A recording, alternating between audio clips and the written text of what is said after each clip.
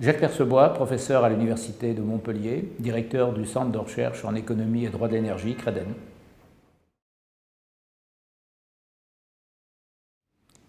Alors, le consommateur français doit avoir en effet un peu de mal à comprendre aujourd'hui qu'il va devoir payer le prix de l'électricité plus cher, alors que s'il lit la presse, il constate que les prix sur le marché spot de l'électricité à Paris peuvent être négatifs, ce qui s'est produit le dimanche 16 juin, puisque les prix sont tombés à moins 40 € le mégawattheure et même un pic de moins 200 €.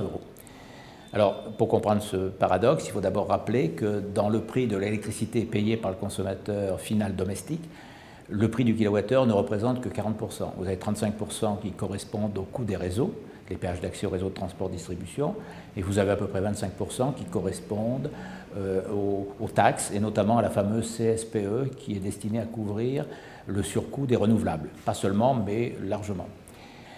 Alors, on sait que les centrales sur le marché spot sont appelées dans l'ordre des coûts marginaux croissants, c'est-à-dire des coûts variables croissants. Alors, il faut savoir d'abord que toute l'électricité ne passe pas par le marché spot. Une partie seulement passe par le marché spot, une partie, très grande partie, est vendue directement par le producteur au consommateur, ce qu'on appelle hors marché, et donc ça ne concerne qu'une partie de l'électricité qui est produite et vendue en France. Le marché spot, c'est à peu près en France, on va dire 15 à 20%. Ce qui se passe, c'est que comme on appelle les centrales dans l'ordre des coûts marginaux croissants, c'est-à-dire des coûts variables croissants, on commence par les centrales les moins chères, traditionnellement le fil de l'eau, puis le nucléaire, puis les centrales au charbon ou les centrales à gaz, et puis ensuite les turbines à combustion pour la pointe. Alors il y a un élément nouveau qui est apparu, c'est l'injection de renouvelables à grande échelle. Renouvelables, c'est-à-dire essentiellement l'éolien et le photovoltaïque.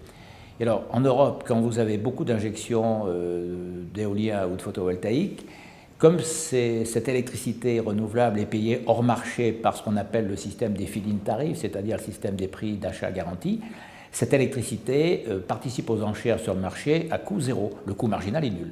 Donc elle est prioritaire. Si bien qu'elle a tendance à faire se déplacer vers la droite la courbe de Meritorder, c'est-à-dire la courbe d'appel des centrales. On appelle ça le switching de la courbe de Meritorder. Donc quand il y a beaucoup d'éoliennes et que la demande est faible, ce qui est le cas le dimanche ou pendant la nuit, eh bien les prix ont tendance à baisser.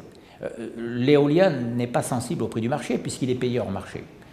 Donc, dans certaines situations exceptionnelles, il peut y avoir trop d'électricité. Alors, vous savez que l'électricité ne se stocke pas, c'est un point absolument fondamental.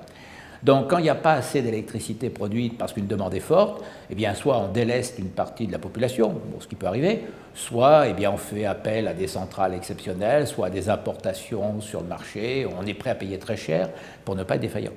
Quand il y a trop d'électricité, la logique, c'est d'arrêter des centrales thermiques. Alors, on ne va pas arrêter le nucléaire, on arrête les centrales les plus coûteuses, c'est-à-dire les centrales thermiques au gaz ou au charbon. Mais les arrêter pour 3-4 heures quand vous avez de l'éolien qui est injecté, c'est pas intéressant parce que ça coûte trop cher de les arrêter pour 3 heures et de les remettre en marche ensuite. On préfère vendre à prix négatif, c'est-à-dire qu'au fond, soit on arrête des centrales, soit on arrive à convaincre certains opérateurs de prendre cette électricité devenue encombrante et on le paye pour qu'ils la prennent.